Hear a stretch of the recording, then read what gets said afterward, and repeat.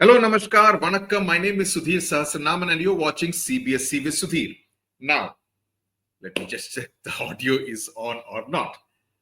We are going to be doing the third chapter of Unit 1 of the Purvi textbook for Class 7. It's called 3 Days to See. And for those of you who want the explanation to be done in Hindi, it's already been done. It's there on the channel. So please look at the Hindi playlist. Science, English, and social science. We are doing it both in English and in Hindi. Now, what exactly is this poem? But before that, let's get into who is the poet. Who is the author of this particular story or essay? Her name is Helen Keller. She was an American author, educator, and a political activist. What was significant about her, who was born in 1880, is that she became ill at the age of 19 months. Okay, so at a very young age, when she was virtually an infant, she became very ill and she lost both her sight and her sense of hearing. A teacher subsequently taught her the sign language with which you could communicate. She subsequently also learned Braille, which is the language for the visually challenged, and became the first deaf and blind person to earn a college degree. Isn't that absolutely commendable? Which is why I think this is an amazing, inspiring story. It's a story of inspiration.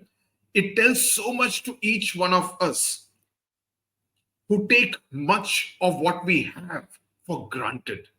We think sight, okay, it's part of it's almost like a fundamental right. The right to see, the right to smell, the right to speak, the right to hear, the right to touch.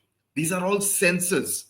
But think about millions of people who do not have one of these five senses. How would they feel?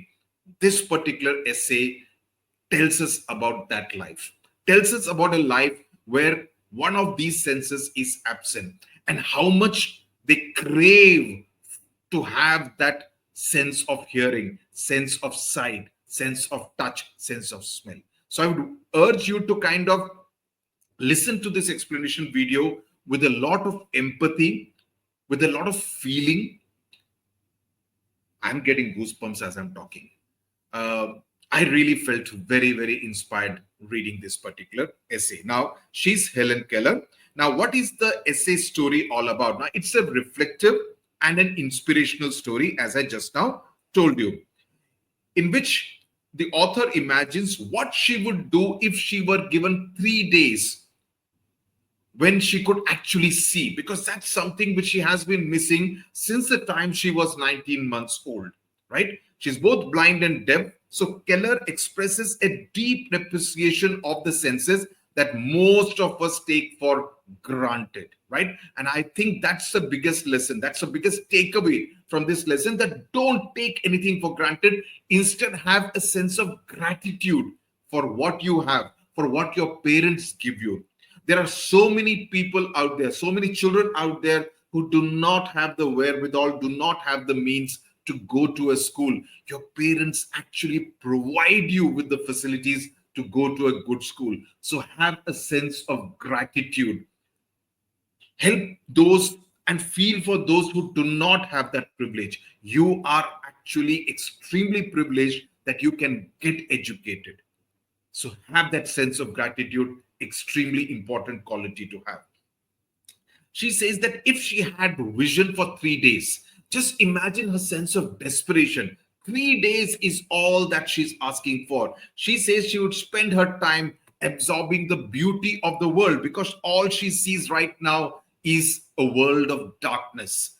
She says, and she has her plan cut out. She says on day one, she would look at her loved ones and appreciate their faces, because now she can only feel their faces and imagine what they would be looking like. She doesn't know. She may be right. She may be completely wrong. And she also wants to observe nature, the beautiful nature, and other familiar objects. On day two, she wants to explore the world of art and culture. She wants to visit many museums. And on day three, she wants to go and walk through the streets of the cities, watching the life unfold, the energy, the activity of human life in the cities, seeing people at work, the hustle bustle, the rush of the city, and the beauty of the nature that includes the sunrise. She wants to see the sunrise and see the hue of colors that actually comes in, accompanies the sunrise. So, what Keller does in this essay is to encourage readers to appreciate their senses and use them to experience the world completely and with gratitude. Gratitude, an extremely important element which I want you to include in your answers as well. She reminds us that we often overlook the simple joys of seeing and hearing, and urges everyone to live their life as it were the last day. You know, tomorrow I may not be here. So, what would I do if this were to be my last day on earth? How would you live that? What would you do? That's a kind of urgency that Keller brings to this particular essay story. Okay, so now let's get into the text. There are these some activities which you can look at. I mean, these are more about your personal experiences. So I would get into the see here. You can see different students. The first student is experiencing what? This is a sense of touch, right? The sense of touch. That's what this boy is doing. This boy is sensing the sense of smell. He's smelling a rose. This girl is sensing the sense of taste, the tongue. This girl is looking at this sunflower, so it is a sense of sight. This is a sense of hearing. Okay, this is a sense of hearing, this is a sense of taste, and this is a sense of smell. These are the 5 senses that we talk about. So let's get into the text. I, who cannot see, find hundreds of things to interest me through mere touch. So her touch is her passport to the world. It is only through touch that she can imagine what the world, which she cannot see with her eyes, would possibly look like. I feel the delicate symmetry of the leaf. So when you see a leaf, the leaf has certain symmetry. We studied that in class 6, didn't we? So there is a symmetry. There are those veins on the surface of the leaf. There is a delicateness to the leaf. There is symmetry to how the leaf is structured, and evenness, right? I pass my hands lovingly about the smooth skin of a silver birch. One minute. Where is it? So silver birch is a type of tree known for its striking white bark, delicate leaves, and a graceful shape. That's the physical features of a tree, mostly in Europe. Okay, found in cool climate regions of Europe. Then lovingly, when she says, I pass my hands lovingly, it shows what? It shows her temperament. It shows her character. It shows her personality, that she has a very positive kind of mindset, and she looks at everything with a lot of love and affection.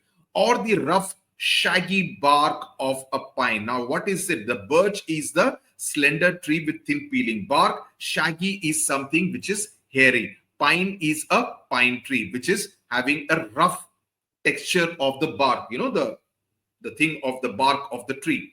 In spring, I touch the branches of trees, hopefully in search of a bud. Now, she's in search of a bud because that would tell her that the season has changed from winter to spring. Spring is when the flowers are in full bloom. So if she kind of feels the bud, she knows that the spring season has arrived after the winter sleep. Winter is referred to as sleep because winter is when there is ice, etc. in countries in Europe, and there is no vegetation, there is no flowering, etc. So it is almost like dead. It's almost like the season has gone to bed. That's why it's being referred to as winter sleep. Also remember that winter is being personified. We speak about sleeping for who? We speak about for human beings. We speak for animals, that we are sleeping. Here, winter, which is a season, is being spoken about as if it is sleeping. So winter has been personified, spoken of like a human being. So the first sign of awakening nature, that nature has woken up after having slept through winter season.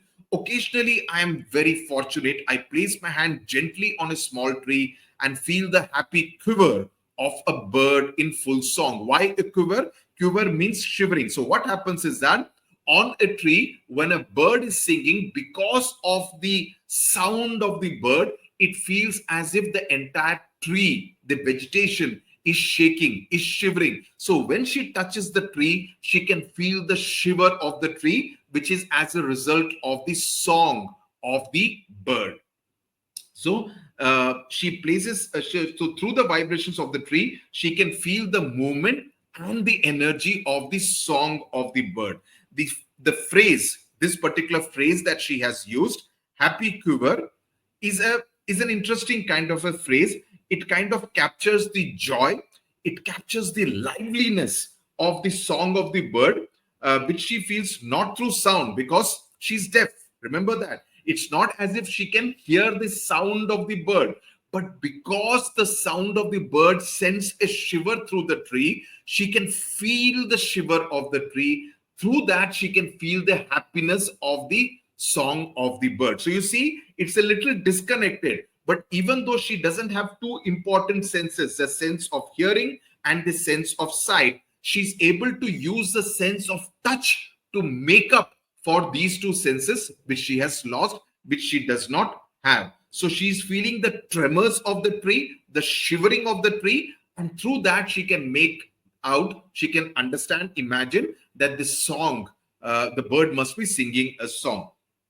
So what it tells us is that even if you do not have the sense of sight or hearing, you can actually still connect deeply to both nature and the beauty of nature. And when I say nature, I am talking both about the trees and the plants and the flowers and the birds. I am also talking about the birds out here. Okay. The next paragraph, she says, at times my heart cries out with longing to see all these things. Her heart cries out, means she's anguished. She feels, oh God, why couldn't I see all this beauty of nature? And she's in deep anguish as a result of that. If I can get so much of pleasure just by mere touch, just imagine if I'm just touching. And what I would want you to do is to just close your eyes and touch a few things, and you can feel the beauty of, which you can feel as a result of just touching a particular object. It could be your laptop, it could be your phone, it could be a plant, it could be a flower. Just feel the sensory sensation in your fingers as a result of touching. Please do this exercise. Trust me, it will be useful. You will get a sense of understanding of how a visually challenged person must be feeling. So she says that if I can get so much of pleasure just by touching, how much more beauty would be revealed if I could actually see what I am touching, right? You understand what I'm trying to say? And I have imagined what I should most like to see if I were given the use of my eyes for just 3 days. And then she comes to the point she wants to make, that if I had the right, if I were given this boon, Vardhan, they say in Hindi, that if I could see the world for just 3 days, moon naliki, this world, Parka Mudinjindana, I'm speaking a bit in Tamil, in the world of Parka Mudinjindana, what all beauty I would be able to see. So she's feeling very thrilled at the very thought that just by seeing would bring her so much of joy and happiness, right? So her heart is crying out. It reflects her deep emotional self, that she's feeling very emotional about the fact that I'm not able to see. I have to depend entirely on my sense of touch. And she desperately wants to see all those things because she feels a lot of pleasure just by touching all these things. And she feels that it would be a far more beautiful experience if she could also see those things. And she wishes to see that for 3 days. I've done a recap also. So whatever I explain it a second time so that it also helps as a revision for all of you. Any parents listening to this video, I want you to make your child do this exercise.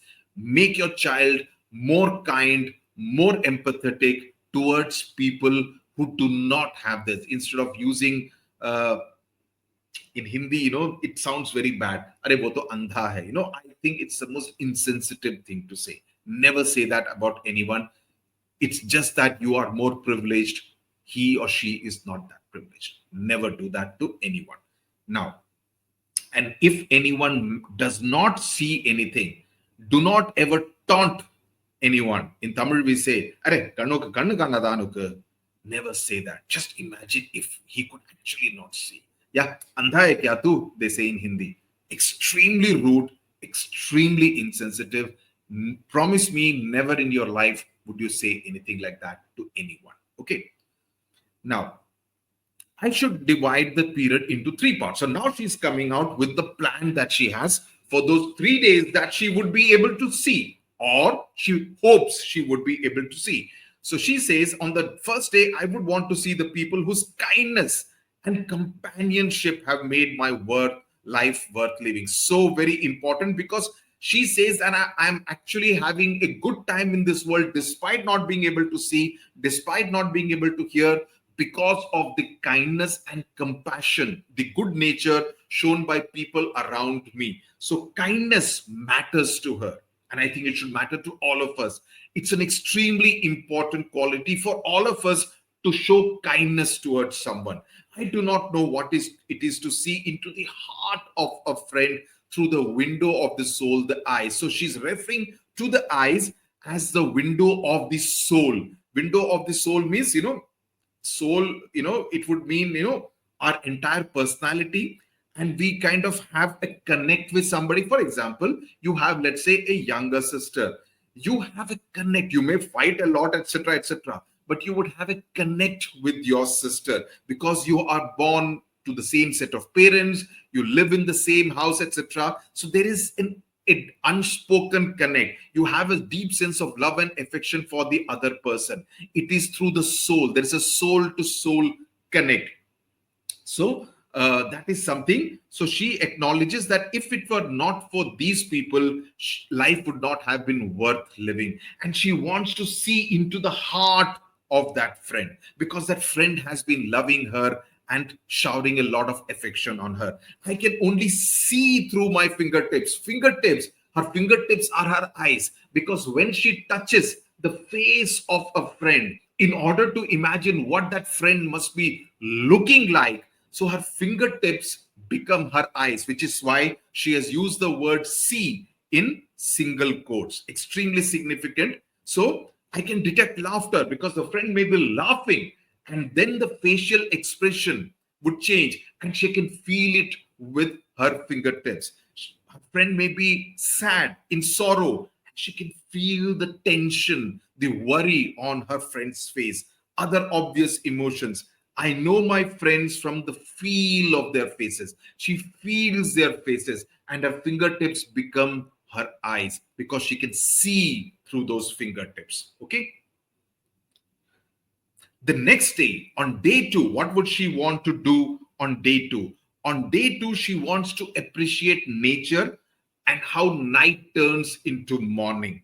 Behold means to see. The next day, I should arise with the dawn and see the thrilling miracle. She calls it a miracle. What is a miracle?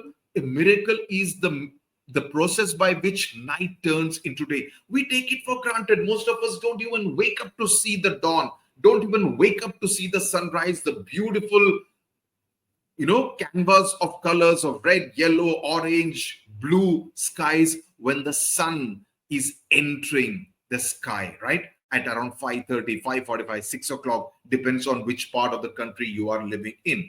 I should behold. Behold means I should see with awe. Awe means with complete sense of surprise, pleasant surprise, the magnificent panorama of light. Panorama means it's a scene, it's a canvas on which some artist has painted. It looks like that, of light with which the sun awakens the sleeping earth. Now the earth has been personified. Just like winter was personified earlier, the sleeping earth, the earth is sleeping for the last 12 hours. Okay, now I'm waking you up. Get up, get up. I have come. It's time for day, right? This day I should devote to a hasty glimpse of the world, past and present. Hasty, why? Because she doesn't have time. Day one has already gone. She just has another 2 days. So she's also in a hurry. She wants to do things fast. So that's why she uses the word hasty, right? So she wants to have a hasty look. Glimpse means brief look, as quickly as possible of the world, both the past as well as the present day.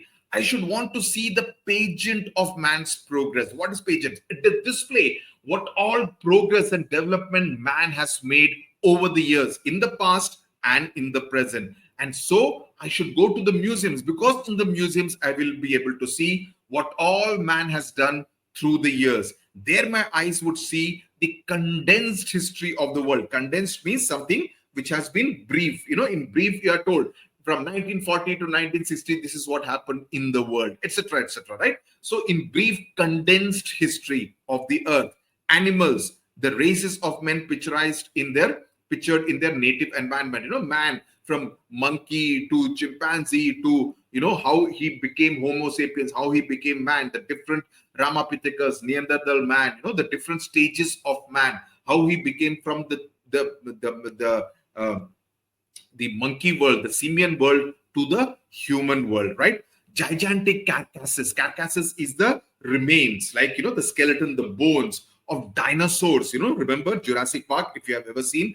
And mastodons. Mastodon is a large animal similar to the elephant, but with a lot of hair on it, that roamed the earth before man appeared. Now, those animals like dinosaurs and mastodons were much bigger than man, but man has a more powerful brain, right?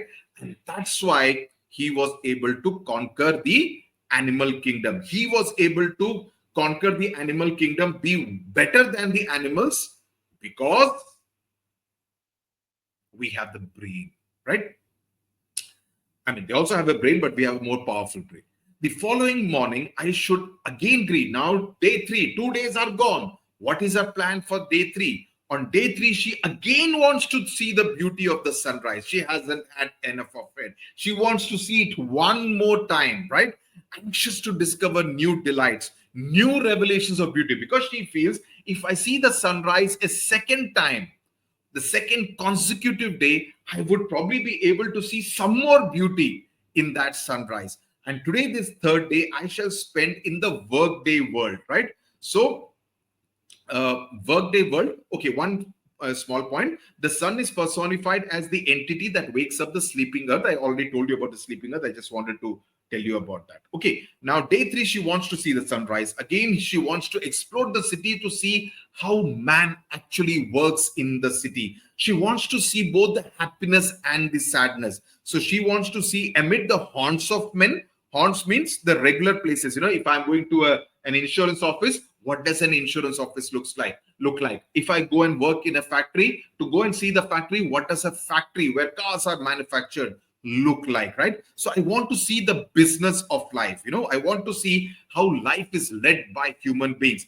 The city becomes my destination on day 3. On day 3, I would roam around the city to see how man actually leads his life. First, what do? I stand at a busy corner, on the road, traffic intersection. I want to stand at a corner and just look at people, trying by the sight of them to understand something of their daily lives. I just keep looking. Everybody's in a rush. Some people are crossing the road. Some people are sitting and eating something. Some people are talking on the phone. I just want to see what their daily life looks like. I see smiles. Some of them are happy. So I see smiles and I'm happy. Because they are happy, I'm happy for them. Fantastic thing to say. I see serious determination. Somebody is determined to do something properly. Somebody is at a factory and somebody is working to set something right. So I see determination on the face of that worker. And I'm proud that man is working hard. I also see suffering. There may be some beggars. There may be some homeless people. There may be some people who do not have anything to eat. And I'm compassionate. I feel for those people that they're suffering because they don't have enough to live in this world. So she's kind of giving us a range of what she's doing. She's giving us a range of human emotions, right? She's giving us a range of human emotions in this particular paragraph. Now, you can see what all she's seeing out there, right? She's the girl on the left is probably the author, right? And she's seeing all these people around her. Okay. Now, at midnight, What happens at midnight? The 3 days come to an end. And how does she describe it?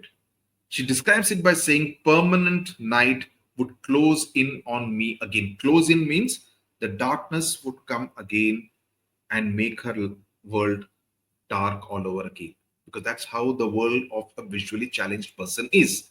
Complete darkness. Just close your eyes. Just think, how long would you be able to live with your eyes shut? I'm not talking about while sleeping, but while you are awake, thinking, close your eyes and you see only darkness. Would you be able to survive? And that's why I want you to be kind and supportive of anyone who does not have the sense of hearing, sight. Naturally, in those 3 days, 3 short days, I should not have seen all I wanted to see, because 3 days is obviously not enough for her to see everything that she wanted to see. But only when darkness once again comes back into her life would she realize that, oh God, I had so much more to see and I couldn't see that. I didn't have the time in those just 3 days to be able to see. So midnight is when her 3 day period would be over, and she would then realize how much she could not complete seeing in those 3 days. I, who am blind, can give one hint. And now, in the last paragraph, she gives a message to all readers, including you and me, that I, who am blind, can give one hint to those who can see. That I'm blind, but I want to say something to people who can see. Use your eyes as if tomorrow you would be stricken blind. Use your eyes in such a way that tomorrow you would be blind. You would be visually challenged. You would not be able to see. In today, of course, this story essay has been written long back. In today's world, blind is not considered a very politically correct term. It's better to say visually challenged, I feel. Okay.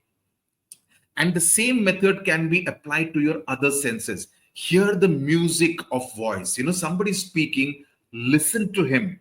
When you say communication, communication is not just about one person talking. Communication is also about listening, right? So hear the music of voice, the song of a bird, a myna, or someone else singing, the mighty strains of an orchestra. The strains means the tunes of an orchestra. Somebody's playing the guitar, the violin, the piano, different music, and creating something, right?